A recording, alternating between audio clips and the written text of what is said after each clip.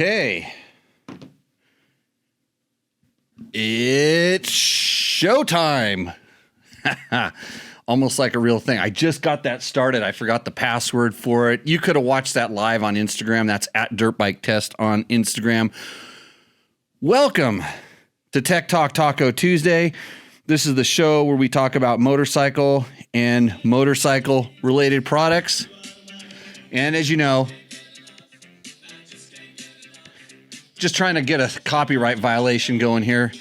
Friends, family, people that are interested in dirt bikes. So tonight's show is dedicated to talking about the AJP PR7, as I announced on Facebook. Okay, so now that we've managed to get this one struck down for another copyright violation, we can keep on going.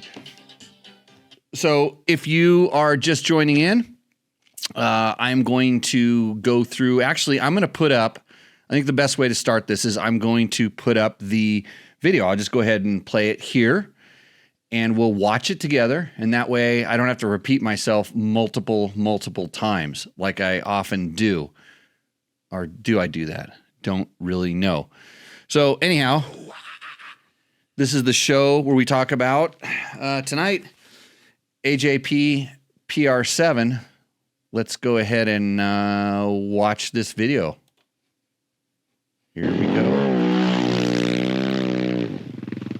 My name is Jimmy Lewis. This is Dirt Bike Test. Welcome to our full test video review of the AJP PR7. This is an $11,500 bike. This is sold as a competition bike. They have one that they're trying to get homologated right now so it can come with a street license plate, but depending on where you are, it wouldn't be that hard to get a bike like this licensed.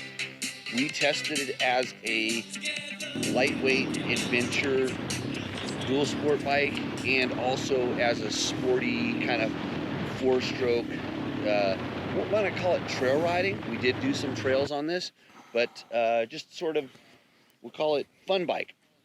This is a bike that, man, it would be fun to take down to Baja. It would get the job done. Has all the right equipment. So I'll break it down.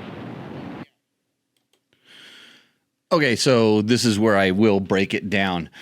We put about 1,000 miles on the bike. Talk about that later. But if you're watching this and you start having questions, just think about them, throw them up in the chat, and I'll get back to them because we can see together how we went through this. And I think I might have made a couple little mistakes when I was talking about the bike. And if you can catch those, maybe you can embarrass me live on the show. This has the Italian, the old Italian SWM Old Husky. It's the 610 motor is what it is. It's about 610 cc's. It says 650 on the side panel. It's called a PR7. Don't get confused. It's just a big four-stroke single. It makes plenty of power. Oh, great. I didn't want a Subaru commercial on my damn hold on. How did we end up with I'm going to get a copyright violation for this. Talk about that one. Jeez. Power. So, as a package, this is very unique. AJP, Portuguese company. They're importing parts. They've got some stuff. I don't know where everything comes from. Sometimes I don't care where the stuff comes from as long as it works. And this bike really does work, and it's unique enough to where we compared it in our original video to my Honda XR650R, where I kind of miss that bike. I miss that style of power. I miss that level of comfort. And they've done it with this. It's got a big seat. It's got a big gas tank. It's got big four-stroke power, and it all comes stock. So they've done something to this bike in the last few years, and I'm pretty sure they did something with the chassis, moved some things around a little bit, and also with the engine management. It now has like a Get ECU inside of it. So the fuel injection, the mapping and stuff is really good. And onto the power. Okay, big chunky four-stroke single, tons of torque, slower revving, although once it comes onto the mid, it actually does pick up pretty fast, a lot better than, for instance, the old Honda, and it'll blow the doors off a KLR 650, probably be a little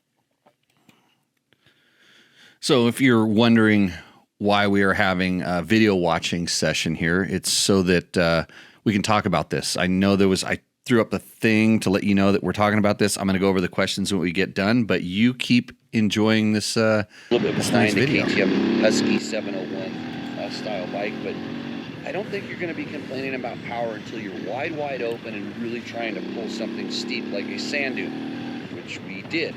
And I was kind of surprised that it wouldn't make it over the sand dune, but then I was also surprised to learn where the rev ceiling was. And this bike feels like it could rev another 2,000 RPM easy and make a lot more power, and or somehow the bike is intake restricted.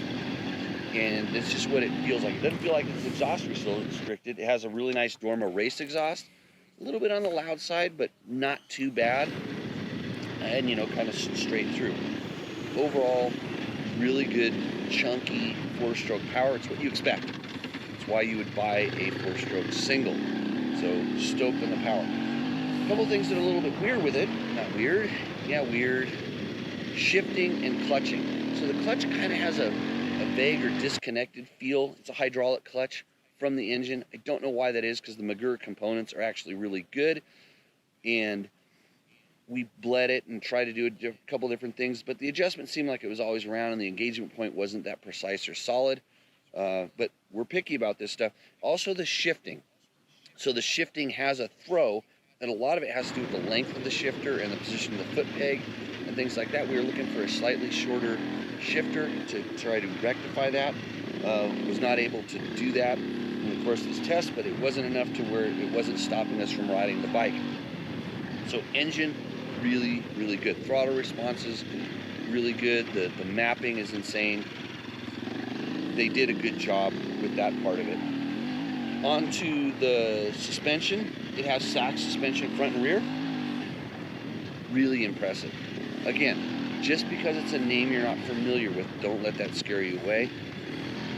It has decent hold up, really good plushness, really good progression, and I'm really surprised how much bottoming resistance is. You can ride this bike pretty hard, and the way it bottoms and the controlledness kind of comes into the chassis too, it's really good. But for riding like you're supposed to, sitting down, cruising, just standing up, getting the bike to, it's not too wallowy. It has a little bit of wallow, not too wallowy, but overall really good. So much so that we didn't really mess around too much with the clickers. You can play with the clickers, they will do their jobs, but wasn't too much, wasn't necessary. On a bike like this, I would expect to have to chase that a little bit more, but all good. And then, so if you're just joining in, we are watching the AJP PR7 because that is going to be the topic of what we are talking about tonight. So I'll get you back to that super awesome video. I'm watching it here. I'm doing a react to my own video, although I have no reaction at all because I watched it 10 million times when I made it, if you know what I mean. And I made it myself, so I was watching myself make it. So we'll see how this goes here. Enjoy Mike Shirley's awesome riding. When we start talking about the chassis, it's a little bit different. So the bike is long, and in a couple spots at the tail, it feels a little bit wide. So it's narrow, and then kind of gets wide back behind your legs because that's where the gas tank is. That's where the subframe kind of bulges, but it's not really where you would be riding the bike. It's actually the right thickness everywhere you're touching the motorcycle. The handlebars are a little bit wide, so when you hop on it, you feel a little bit spread out. The bars tend to be a little bit lower. We rolled ours forward to open up the rider cockpit. In reality, I would probably, I want to put a steering damper on every bike I ride. This doesn't necessarily need it, but it wouldn't hurt it. I would like to raise the bars with that just a tad, especially for the sanding position, because the foot pegs tend to feel a little bit high. The seat to foot peg distance is a little bit short, and when you do stand up on the bike, you kind of get over the top of it. That would be the only thing. I don't know if I would want to lower the foot pegs as much as I would want to raise the seat and then just tune the bars a little bit. Are you seeing that nice climb helmet and the vintage climb gear that Mike Shirley is wearing? So this show is brought to you by A, Yamaha, and B, Climb, two companies that really do help out, support dirt bike test. Mike Shirley's been an Arai helmet wearer forever. he started watching me, how much I ride and maybe how much I bounce my head off the ground. And he said, well, if you wear one of those, it's got to be pretty good. So Mike Shirley, another convert over to the but rider Climb cockpit helmet. really good. The handling. The scale says this thing is. Jimmy Lewis here, just letting you know that today's video is brought to you by Yamaha. Yeah, even though we're testing other bikes, Yamaha is bringing this content. So head to your Yamaha dealer today and tell them Dirt Bike Test. I can voice over it. And they'll go, who's that? 350 pounds empty and 375 pounds. It's all about the ad bucks, that's people. Lot, almost a 400-pound motorcycle. When you're riding it, it does not feel that way. When you're pushing around, if you have to pick it up, especially with the full tank, you may notice this. For comparison, an XR600R with some similar types of modifications to make it like this bike is about 326 pounds. So it's a solid 25 pounds heavier than that, more along the lines of what you're going to expect in a KLR in the weight department. But really surprising once you start riding it. That weight actually does help with traction. The bike, sticks to the ground and pretty good. Fairly agile, light in the steering, and quick handling through the foot pegs. So forget about the weight. The scale will tell you something different than what you feel, which is, as a lot of these companies are starting to learn about where to mass centralize and how to, get the front end set up, they feel a lot lighter than they are. So the other things that we had some complaints about. So it has a really nice instrument cluster with a Samsung tablet. It worked fine for a while, and then somehow it lost connectivity. We ran the battery on it dead once. We forgot to turn off. It lost connectivity with the ECU, and so we haven't been able to get that back, but it has some interesting features that we would like to play with more. We didn't get there. We did a little bit, but not enough. The little tiny instrument cluster does fine, shows your, for a while it was also funky because it didn't seem like it was picking up from the magnet, but it's all back in order. Fuel tank level, which is really important because you can't see it, was always very accurate. The gas cap is a little sticky, but it gets the job done. When you are filling it, you have to be careful, especially with that last gallon, because there's a long snorkel that goes down to feed the gas. We noticed there was a little lip sealing issue on the air filter, but we put grease around it and that cured that. And some of the hardware and fasteners is just not the highest standard. It doesn't have, I don't know exactly how strong it is, but the polished look of the fasteners, we can kind of throw a jib there. The brakes are insanely strong, maybe too touchy, front and rear. The front is, man, for a big bike, that brake is doing some work and really well. And you get used to it. After a while, it's not a problem. The rear brake, again, the pedal is a little bit far out there, and maybe you have a little bit too much leverage on it, but you don't have to use it much. You just throw a downshift. The engine braking does really good. So on to those things. Has some nice anodized bits on it. The bike looks good. It's got a big aluminum skid plate that protects everything quite well. Not the easiest bike to work on, just the location of some of the fasteners, getting to a couple of little things. Don't worry, it's only a few more minutes long. But we're going to get to the questions as soon as, that way you have a little bit of base on what we're talking about. And, if I were not as cool as Trevor Hunter and I had that CRF 300 versus KLX 300 video up there that we talked about on last week's show, by the way, go back to Tech Talk Taco Tuesday. I think it was 223. Go back to that one and check that out. And then tell Trevor he needs to, in the comments of whatever, of just comment. Actually, just call him. I'll put his number up on the screen here in a minute. Call him and tell him that he needs to come on and explain himself. It can be difficult, but not too bad overall. So that's our review of this bike. Again, here's the thing. I have a lot of our test riders ride different bikes, and especially when it's something that's unique like an AJP. They go, I'll ride it, and they'll ride it around, and then they'll give me kind of a report back on what it is, and then they want to go back to their Honda and their Yamaha or their KTM. That's what they're used to. This bike, hey, can I ride that again? This bike, has some characteristics.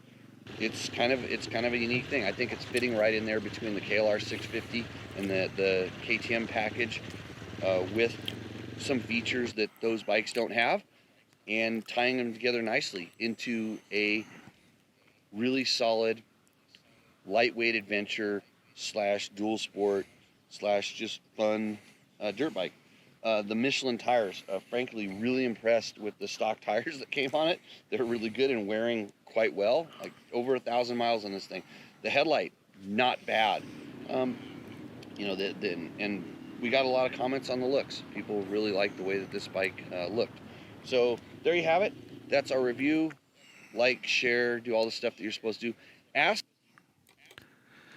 Okay, enough of that stuff that we usually say when we're doing this. Hey, so thanks for joining, everybody. We are going to kind of stay straight on to the subject matter here, which is this Cove. So this is actually not a full Tech Talk Taco Tuesday, but a very Cove specific. Cove. Why am I saying Cove? Because there's a lot of questions about the Cove. Cove. Nobody's corrected me on how to say it. I'll figure it out. You can do that in the chat, by the way. You can correct me at any point. The AJP PR7. So I am going to kind of go through the questions that people asked on YouTube, because this is what we're doing with these, is instead of being able to answer each one individually and type it out, I'm going to answer the questions as they come up. So Flying Brian 529 tells me, thanks for all you do for our sport, Jimmy. Well, thank you, Brian. That's appreciated. I think Brian even bought one of the collector item Tech Talk Taco Tuesday t-shirts, which we still have. And am I not seeing any audio? No, we are seeing some audio. Thank God. So, and then Snooper Moto 723 says, great review. Of course. Like, I wouldn't do it if it wasn't great. I'm making dirt bike reviews great again.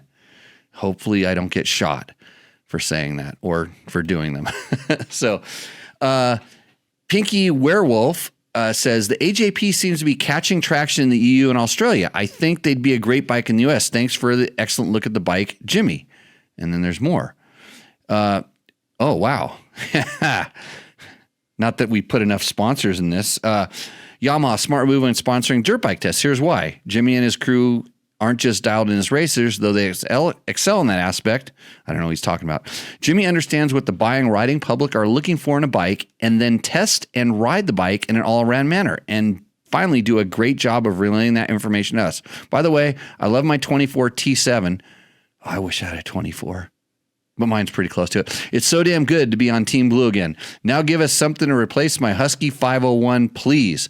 And he's talking to Yamaha. Grail 5514 says, I follow the dirt bike world and they have never sold well in Australia. Well, it's because you're upside down and they work better when they're on the tires here.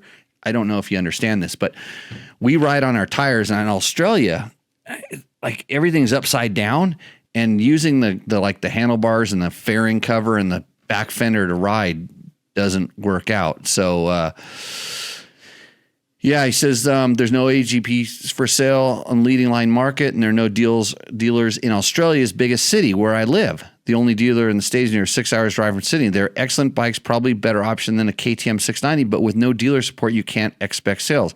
They also had early problems with fueling, which upset owners, but I understand that's been fixed. Pity. Hey, our bike did everything really good, and since we rode it on the wheels, I think it handled and worked better. Probably got better reviews up here in the States. So checking in from Australia. Thank you. Michael Shea says, I would really like to try one of these bikes. I am very much a one bike to do it all kind of person, which I know is inherently inferior to multiple bikes. But this one is one of the only bikes that from the factory competes with the 701, and it's a much better value than the 701. By the time you add something like a fuel tank and tower to the 701, you've pretty much gone far over the cost of this bike. That's obvious. The trade-off of course, is lack of dealer network in the States and maybe potential reliability issues, but I haven't heard much in terms of issues with this bike. It seems like a solid machine, and as a 701 owner, I'd be especially interested in trying one. Yeah, so for a small brand, and over my career, I've seen a lot of small brands. There's one, it's like KTM, I remember. They started out kind of as a small brand, and they were around. They always had a presence, but they weren't a major player. And now you see it with, and there's been come and goes too, whether it was back in the old days, whether it was like Bull Tacos and things like, I'm trying to think of some of the, TMs, for instance, that are a little more current, that are around, here again, gone again. Think about Gas. Gas tried about 5 or 6 different starts and restarts in this country. And in fact, the importer now for AJP was one of the guys who sort of, I want to say, rescued Gas for a small while. He was the guy you went to get Gas parts. I don't think he was the official importer. I texted him about 10 minutes before I started this show, because, I like to plan everything well out in advance. I said, hey, Mark, if you want to come on and kind of help me answer some of these questions, that would be really cool. So, of course, he probably doesn't check his work email. He's in Central Time, and, it's late, but you know how it goes. So anyways, Michael, I would really like to do a back-to-back with the KTM Husky gas, 701 690 platform.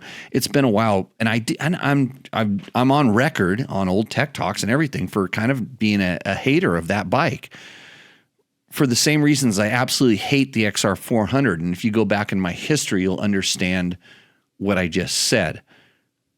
I don't expect you to, but I hated the XR600, XR400. I hated the XR400. For many reasons. And same thing with the 701 platform. But when they put that big tank and they made the 701, the Husky 701 LR, the long range, some stuff changed on that bike, and I think it got better. I think it kind of took a direction. It's like, hey, I'm not trying to be a single track bike. I'm going to the adventure market, and I'm going to be a single cylinder. And they defined themselves, and it came out pretty cool. So that would be a test that I want to do. So next question, and I'm going through our YouTube questions. So if you ever wonder what happens to the YouTube questions that you ask and answer, or ask, I try to answer them either by typing them in, or I say, hey, we answered that on Tech Talk Taco Tuesday, because this is, hold on a second. Hold on 1 second. Please hold. I've got something.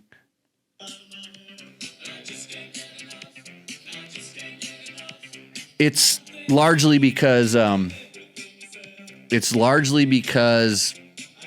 well, okay, I went to Catholic school when I was younger, and I said, Father, I roosted way too many berms, and I roosted a lot of berms, and I did some hill climbs I shouldn't. I jumped some jumps that I really shouldn't have, and in doing that, I've sinned, and Tech Talk Taco Tuesday is my penance, and that's what I'm giving back to you guys. So that's why I do this. So there's a lot of things here. European manufacturers have a number of exemptions from type approval for enduro and trials bikes sold in Europe. So they have a lot of exemptions. Smaller manufacturers have exemptions. When you start talking about regulatory stuff, and I think we're going to get to that question, and they're mentioning that in different states you can plate everything, anything. California sets the standards so as what can be road legal in the U.S. and what can't. No, California doesn't. The EPA does. California has its own set of emissions requirements that prevent other vehicles from being compliant in California, mostly having to do with evaporative emissions. I think federally we're all on the same page right now, and it's gotten a lot more stringent in the last few years, but that is kind of the thing. And I'm just trying to put out the correct information that I'm aware of. And the information I'm aware of, I talk to experts that work in these fields, and I try to get it straight because you hear a lot of different things, and I kind of want to, because people get on the manufacturer for not, like, okay, show sponsored by Yamaha. Somebody even said, why doesn't Yamaha have the Husky 501 or the KTM 500 bike beater? Why don't they make the WR450 street legal? There are reasons that we don't understand that depends on how that manufacturer, that importer interprets the rules and how many they can sell. It just comes down to pretty plain and simple that. So just so you know. Let's see. The States is odd. So you can buy a DR650 and also an XR, I believe, and they are road legal. DR650, yes. XR, maybe an XR 150. I just learned that an XR 150 is a thing. I've got a great idea for a story. But here in England, the PR7 is legal road bike, but we can get a DR650, etc. Unless secondhand used ones have not been sold here for so many years. So yeah, we're talking about the same thing. The different countries, different regions have different emission standards and whatnot. So Arizona Mountain Thumper, AZMTN Thumper says, find this bike pretty compelling. I had an XR 600R and later an XR 650R. Hold on. I'm going to give you one of these. Those were solid machines. I really enjoyed those bikes. Well, so did I. I won the Baja 1000 on an XR 600, by the way. I don't like to talk about myself that much, but if you want to hear that story, just go to any previous issue of Tech Talk and I'll talk about it. I really enjoyed those bikes. The past several years, I've had a heavily modified KLR 650 that I've ridden all over the Western U.S. and a WR450F. Blue Crew. Right on, buddy. I live in a state where it's pretty easy to plate a dirt-only bike. I was wondering if the wiring and circuits are present for adding turn signals. I would suspect yes. I didn't dig that far into it. At 326 in the video, the handlebar switch gear looks like it's one that would find on any dual sport bike. I checked the AJP website and don't see what the oil capacity is. Okay, now we've switched gears in a big way. I've thought about this bike versus a 701 690, like we compared it to or talked about it, with a rally fairing and a Raid garage auxiliary gas and air tank. What is the service intervals on the bike? I listen to the podcast on Apple while I'm at work. Thanks. Well, I'm sorry that your work is suffering for your addiction to motorcycles, specifically having to do with me. So I appreciate. Hey, tell a friend. We're just a couple of dudes usually talking about dirt bikes, but I have a hard time getting somebody in here to co-host because I live out in the sticks where we can ride dirt bikes out of my front yard. Anyways, so oil capacity, I don't remember. I don't think that it would be any problem to add turn signals to it. And I don't think you're going to have to worry about the durability of the motor. I haven't really seen anything from people I know that have had these. I talked to a few people. I saw a couple of them up at the Tour Tech rally, and they all look like they're running just fine. I know a guy that had one. I don't know he put a ton of miles on it. That was the very first one I rode. That's definitely different. So thanks for the report. We don't have this bike in Brazil, says Carlos Merg El Cidil 1418. Really bad. Cheers from Brazil. Hey, cheers, buddy. Yeah, I'm going to give you that's the monkey crow sound, by the way, if you're wondering what that is. That's my ringtone on my phone, and I heard it's utterly disturbing to some people. Whoops, wrong button says, and I quote, "Thank you for putting out a thorough bike review that isn't 45 minutes long. I should reply to him right now and tell him, you should be watching this because I can make anything worse." Taylor Ork 4476. It's a cool rig. What kind of mileage range did y'all see? Dealer network is the only concern to me. Okay, so your dealer network, I think that used to be more of a concern. if you don't work on your bike by yourself. But if you do your normal maintenance and stuff like that, dealer network isn't all that much of an issue, because you can get parts, through mail, through the mail. Stuff can be next date if you really need it. I think the importer would be able to direct you to a dealer that has a good part supply, and doesn't matter where they are in the country. That's 3 days away at most. So we talked about the fuel range. So you should have paid more attention to the video.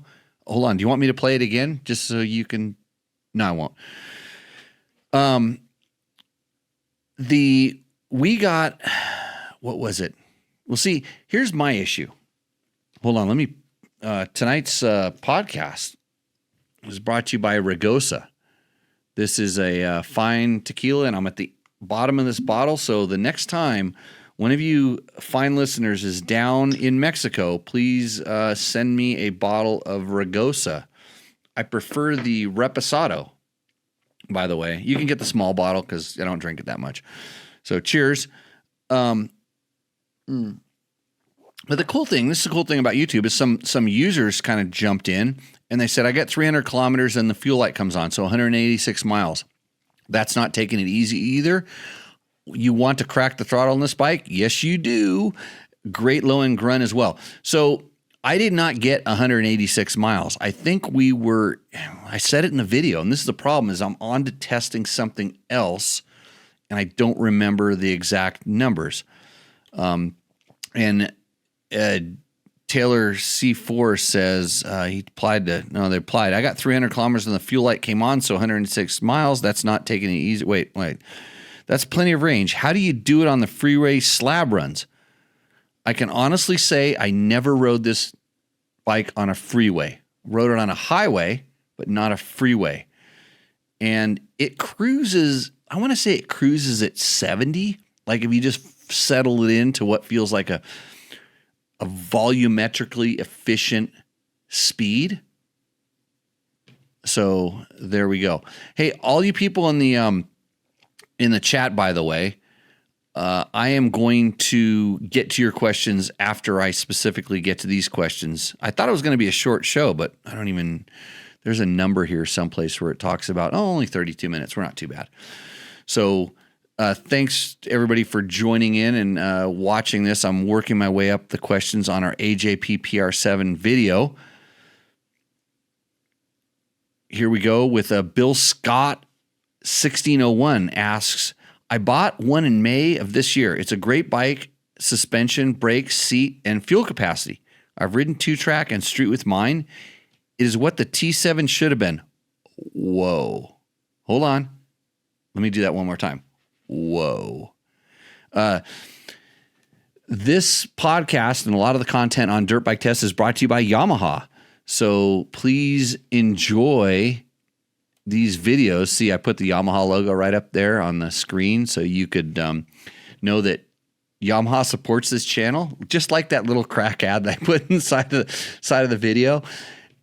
They believe in what we do. We test their bikes. We test everybody's bikes. We do it because I'll tell you why we do it. Hold on one second. Let's see. It's got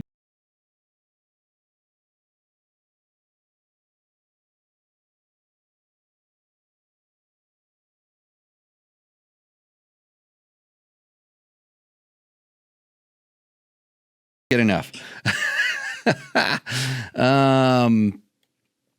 Obvious question. How does it compare to the Cove 450 Rally? Okay, now SW trails and wheels. This opened up this is probably a lot of where everybody was going, because Dirt Bike Test does test the kind of unique, weird, different things. We're not super mainstream. We test stuff we're interested in. We test stuff that we feel that our viewers would be interested in. And last year we did a Cove 450 test. And this is a very complex, interesting question. Probably the best question I wish I would have addressed in the video, because, okay, AJP and Cove, both weird brands, not your normal. They're not Honda, Yamaha, Suzuki, Kawasaki, KTM, gas. Husky. They're all the same. This is a smaller brand, limited dealer network, very motivated importers, and very motivated smaller brands that are trying to branch out and grow. They're kind of the same in that aspect, in what the brands are going. I think the Cove is way more motivated and way more, I think, better funded through however they're doing stuff through China and what they've got going on there. They're racing in Dakar, doing stuff like this. AJP, their business model seems like we're going to make bikes for the regular people, even though the regular people don't know they need these bikes. And I actually see a question in the chat that is, it says, Joe Toast says, are you planning on testing any other AJP models? Absolutely. A few years ago with a different importer, actually it was a few years ago, it was maybe 7 or 8 years ago, I rode some AJPs that are like, they were air-cooled motors put into, we'll call them medium performance level. Instead of low-level performance chassis, they were putting a medium-level chassis. And I think that's a fit that people don't realize that they need, because they don't need high-level suspension and chassis performance. And their motors are just rock-solid, durable, air-cooled, no radiators, just stuff that would work out. So I think the AJP business model, the motors they're using, the stuff, and this is probably on their higher end performance range of their bikes. So that, I think they're onto something. And so back to that in the Cove. When somebody will correct me, maybe they did. I didn't pay attention to the chat. I think that they're the same bike, except if you want torque and power and more comfort for long distance, you go AJP. If you want longer range and a little more agility, you go Cove.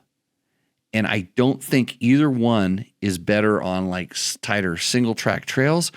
But when you get to like the adventure riding side, cruising down big, long dirt roads, I'm going to give a slight advantage, an ever so slight advantage to the Cove. And it's because it has a big ass seat and the fuel range is just adequate enough, where the Cove has not as comfortable a seat and way more fuel range. So I think that's my take on it.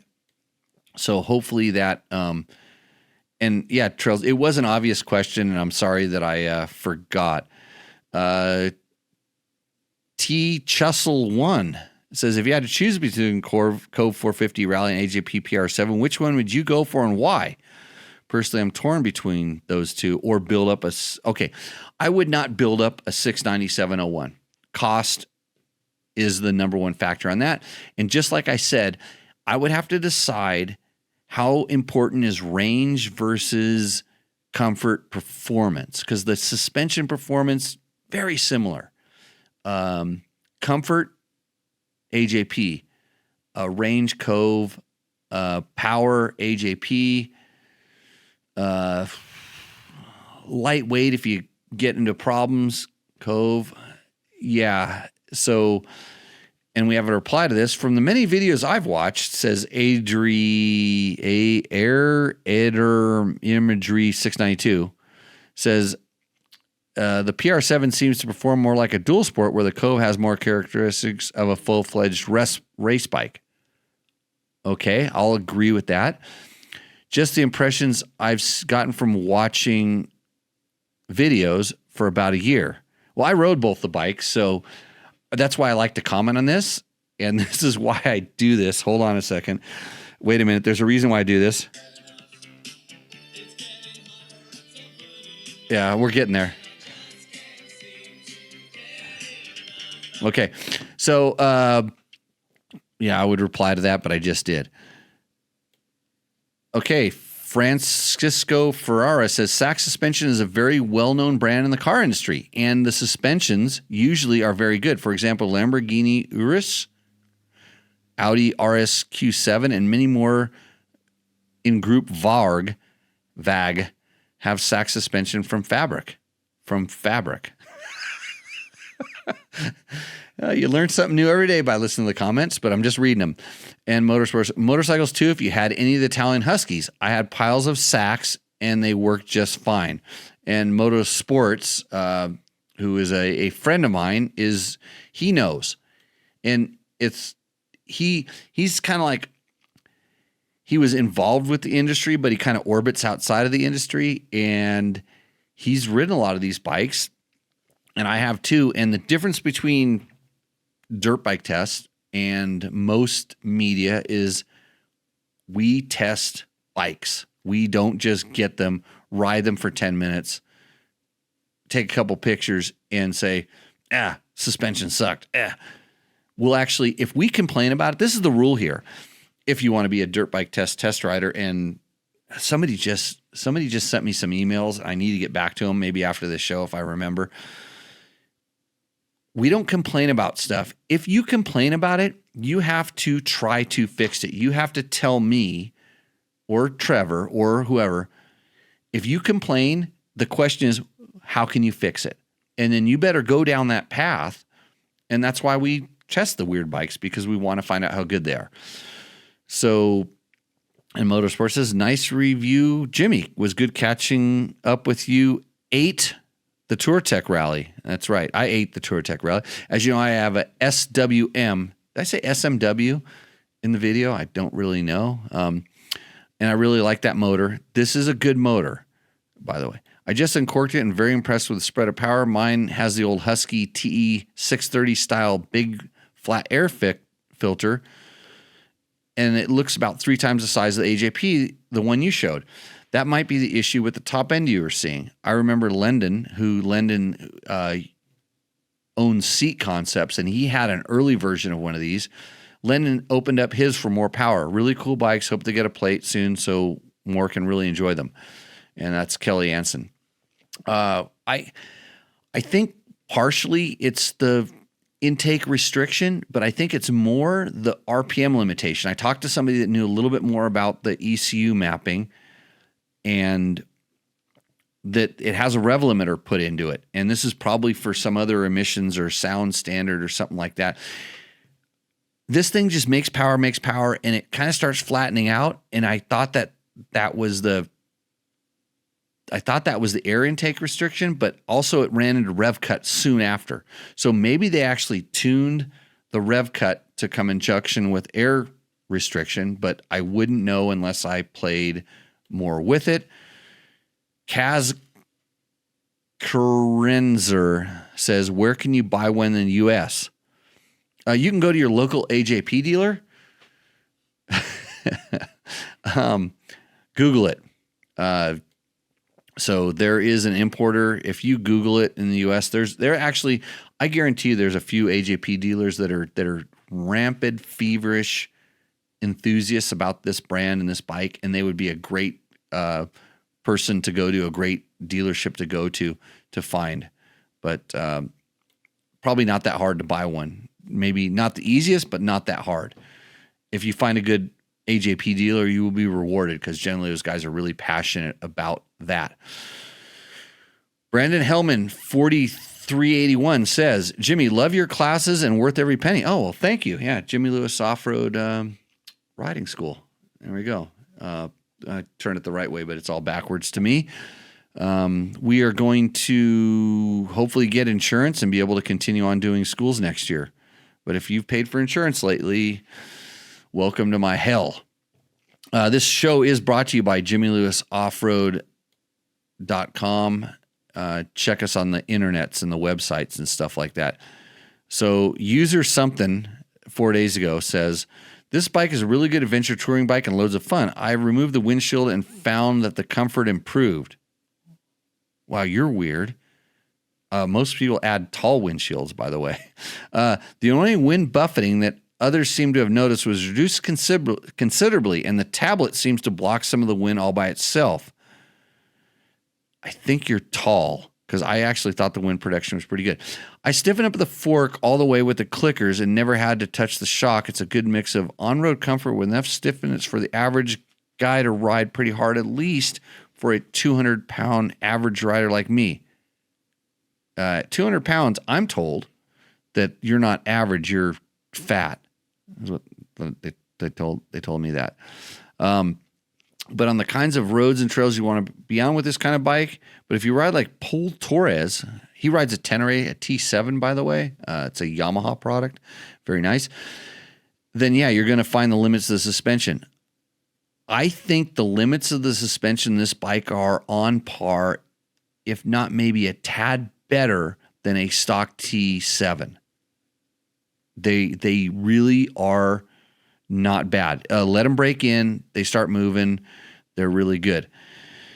It's a bit heavier than a 690, but the weight seems to be more of an asset on the tarmac. Right, we dirt bike test. We don't know what you're talking about. If you lean towards adventure touring, I'd say the PR7, perhaps a 690 is a better straight-up adventure bike. That would be its closest competition. I think the Doma exhaust is loud. Okay, you can watch my entire video, and I think I have most comments on that. Milam22 says, hello, Jimmy. What would you pick, AJP PR7 or Cove 450 Rally? Thanks from Slovenia. Slovenia is a country that is that Slovakia? I don't know. Where is Slovenia? There was some fast guys from there. Let me tell you, when I raced there or near there. What would I pick? Scroll the video back. What are we at? 46 minutes to 17 minutes, and I will tell you. John Jackson 6245 says, I have a love for the big single four strokes. I spent a lot of time on the Honda XRs, 600. Yeah, they got better. 650. Oh, yeah. It's not a Husaberg, but if I had the bell right now, I'll ring it, but I'll give you on that one. As well as a Husky and KTM 610s. KTM 610s. Husky 610s and KTM 5. See, this is the problem. I don't remember these numbers. Like how much should it go on gas? I don't know. This seems like a good bike for me. The big question is, what kind of manufacturer dealer support does AJP have? What is the availability of parts and technical assistance when someone breaks or malfunctions? Do I need to learn Portuguese? No, I don't think you have to learn Portuguese. I think that because I actually got a PDF of a manual, was able to look at it. It was kind of like for the motor only. It showed, how to change the oil and do different things like that. The funny thing is it's not a problem until it's a problem. And with a lot of bikes, like this in particular, I don't think you're going to have a problem. The majority is it's going to be few and far between. It's going to be that 1%. Of course, you'll hear about it on the internets. Like if somebody has a problem, guess what? You're going to hear about it. Hold on a second. It's time for a little sip of this Regosa here. Oh boy, my phone. What the heck? Enjoy this sound break. My buddy Andrew would be so stoked. But no, you're taking a risk when you're buying a smaller bike. But if you find your little niche, whether it's on a forum someplace, like ADV Rider probably has really good forums. There may be an AJP user board that I don't even know about that I'll find out about now that I've said this. I will get 10 emails that say, hey, you need to join this one. I'm on the Cove 450 one, by the way. And you just watch that thing take a left turn and ask every weird question. And every weird question is generally asked by someone who does not own one of the bikes. They're curious about it. And the Cove owners that are not enamored with riding their bike that much, or maybe they are, and they get their bike and they just disappear. But there's one or two that are just passionate about, and they will answer your questions. And then you can generate that. And if it grabs some traction, it works its way out into social media and different things like that, Facebook groups, all these things like that. So It's Zoo Wow Ski Motorsport says, you may have the weight incorrect. I think they are spout 140, 141 kilograms, so about 320 pounds dry. Well, unless you want to come over here and look at my scale that I weighed that bike on personally, I think I don't have the weight incorrect. In fact, I know I don't have the weight incorrect. I actually weighed my XR650 on the same day just so I would have a basis, and that's where we're at. Peter Lavarson. Yeah, he edited this review, this question. Excellent review as always. Here in Sweden, they are sold as plated from the beginning for 15,000 euros. If you add 1,000 euros more, you get the uncorked version with the Dorma exhaust. Tried one and loved it. Only downside for me was the price, but you get what you pay for, and this is a rally bike for average Joe that can tackle a race or a nice ride with your buddies on gravel and some lighter trails. The tablet has been troublesome history for all years. I agree, and I'm glad that in Sweden you are doing that. Hey, do you got any lines on really trick Husabergs, by the way? Yeah, sorry. Hold on. If I had my bell, it's around here someplace. It's the long reach. I won't get it. Okay.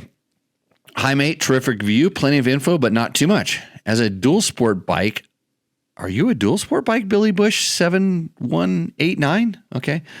I'm wondering how it would compare to a CR450L. Cheers from Australia. Well, I think when you're riding them upside down, Billy Bush, and you have no idea what Billy Bush is here. I do. It's Jimmy Carter's brother. Check it out. I never got to have any of that beer. Maybe somebody can inform me on this. But I think riding them upside down, they're exactly the same. But when you turn them up and ride them side by side, the CR450L is Honda trying to make the CR450R into a dual sport bike, and AJP is trying to make a modern XR650R. I think I said that in the video somehow or another, but that's what I'm thinking. You know what? If there's one complaint about a CR450RL, it's that it doesn't go chug, chug, chug. It's really jerky off of idle, the on-off throttle response. People complain about this. It's just not a low-end chugger, and the AJP is a low-end chugger. It goes chug, chug, chug, and it loves it down there, and you keep clicking the gears, and yeah, it makes it good. And Jarvis Category, I just saw this thing. What the F are you even talking about? Well, I'm talking about the AJP PR7, which we did a video on, and Jimmy Hats. What's that? Nobody even give a S, man. Oh, you know what? You should comment more, a little bit more. Jarvis. Anyways, by the way, I'm getting close to the top of my comments. Anyways, O's ADV, I must have got shared, okay, on an Australian ADV forum, because he says, yes, good, fair review. The most telling part for me was the other riders wanting more. This bike just wants to go fast. My tablet has been fine. So sounds like he has one. I don't know why my tablet went bad, and I actually emailed back about this to the importer, and it was probably during the week when everybody was on vacation in Portugal, because I think they probably all go on vacation the same 2 weeks in Europe. And so it just didn't get answered, and that was the time when I was making the video. I'm pretty sure it's something simple. It's just like everything technical, kind of like this show. I have a hard time pushing the buttons to make this show work. I complain about it a little bit, and then I just go on. And that's what I did with this bike. If I really got into it, I would be able to fix it. And so at Doorstep Mile, mine is being imported as we speak. Can't wait to get a leg over it. No, you can't. You're going to have a great time with that. So I want to thank everybody for getting the video comments loaded up on our YouTube channel. Like I said, we try to answer as many as we can. And this is one way that we do it. And so I'm going to go into the chat comments right now. Hopefully I can figure out how to get back here. Oh boy. I'm going to have to do a little testing. Hold on. Let me give you a little musical break while we get to that point, because I'm going to have to push some buttons and make something that happens. Another copyright violation from YouTube. But here, let's see. I know there's a link to my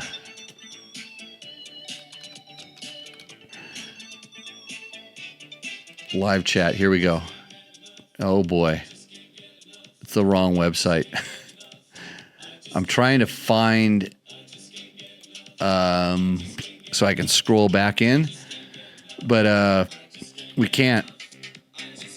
The Jimmy hats. What's the? Yeah, I see what you're getting at there. Let's see. I'm going to go back to the question. I see San Felipe Bob says hi. Mike H says, have you tested ABS dongles for the Tenere? The answer is no.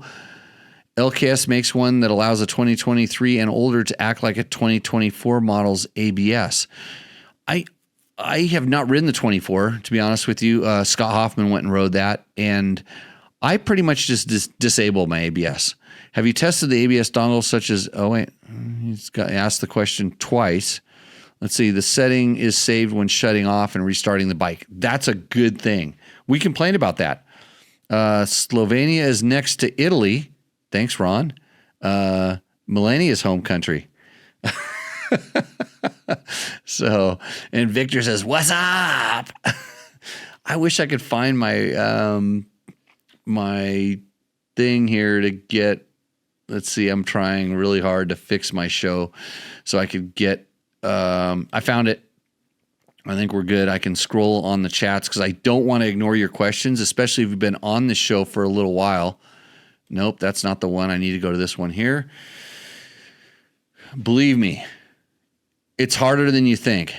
Oh boy, since I didn't have it on, I can't wait for new messages. So I'm going to type in here.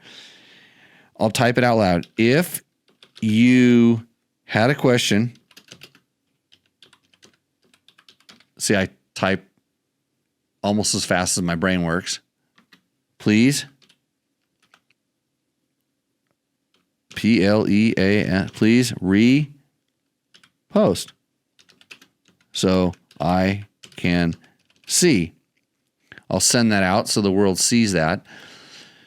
But one other thing that you can help me with, if there was a good question, Chris Alamangos. Hi. Yeah. Hey, did you see my post on the socials about my company I was going to start? It was going to be called RBR Racing, because I knew BBR was coming, and I hooked up with a rebar fabricator, which is myself and some other dude. And so, but if there's Chris Alamangos him and his brother Dan were going to be my first factory riders. So anyways, if there was a good question about the AJP that kind of scrolled up in the chat that I missed, please send it back to me, and then I'll do that. But I'll be better at this next time because, we're always striving to improve, because that's right. Okay. I should probably check my text messages. They're coming in hot telling me I'm doing something wrong. So Paul Brimston says, I think KTM is going to make a new 990R Adventure to compete with the Desert X Rally. I know they make an 890, but it's not my thing. Well, funny thing, Paul, the 890, the 790 was not my thing either, and it turned me into a T7 guy. So I've heard about the 990. It's funny because somebody told me I need to test this. Well, this bike doesn't exist yet, so I can't test something that doesn't exist. And it'd be really interesting to see how interested KTM is having me ride it, because I keep on saying that I'm a Tenere guy. But if you know me and the way that we test things, it's pretty fair. If a KTM made a bike that was better than a Tenere, I would tell you it was better than a Tenere for me. Now, whether it's better for you, because I think there's a lot of riders out there, and I know a lot of them, that the 890, 790 platform is better for them depending on what they're doing. So it's an interesting dynamic. That's, a lot of people say it like it is, and I can't help it, because before I figure out that I said something I shouldn't have said, I already said it. Some people say you should turn the brain off. So he still rides a 950S, but he likes the Tenere too. Of the two adventure bikes that kind of fit right where they should, those are the two bikes, Paul. I still have my 950, the very first 950 that ever came in the States, and it's a nice bike. And I've ridden those bikes back to back just because I wanted to see how it worked, because KTM took that real minimalist approach to adventure bike riding, and back when BMW was saying, hey, we're going to build you a bike with all these features. So Dr. Duddy says hi. Well, it's glad Dr. Duddy says hi, because I may need him someday. Dr. Duddy was my chiropractor of the stars. Worked on a lot of injured moto guys back in the day. Tweaked our backs as necessary. So I'd say I think we're going to kind of wrap this one up, unless there's some other. I'm really sorry if I did miss your questions earlier. I wish I could see them. I'm going to have to. No, I'm not. Watch back this show, as I don't know where Restream aggregates all of these questions. But wouldn't be possible without some of our current sponsors, which are Yamaha and Climb. Yamaha definitely does bring you this show. I'll show you right there. See Yamaha? It says Yamaha up in the top corner. I'm working on getting some TTRs, some Yamaha play bikes to test. And of course, I don't know if you saw our post, there's a brand new, all new YZ250 FX and WR250 on the horizon. They'll be coming out in October. We will definitely get to those when they show up. And anyways, Lowbrow says, yeah, Jimmy, thank you. Paul Brinson, Warhorse. I think he's talking about the KTM 950. And Chris Valdez, as usual, came in late. Probably does that to work almost every day. He says, keep up the awesome work. And with that, we will definitely keep up the awesome work. Thank you for checking in. I'm going to try to get Trevor in here one of these days to explain his dual sport race better, because there's a lot of questions over on that video that need to be answered by the source. I was going to just answer for him, but I don't think that would be let's see. Oh, Lowbrow, now I know who you are.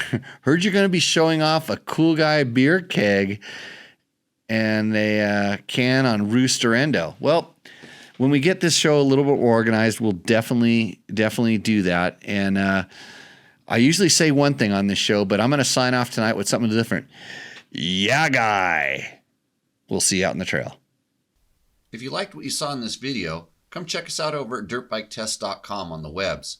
We have bike tests, product tests, a lot of fresh dirt, and you can even support us by clicking through our links. Hopefully, we'll see you out in the trail.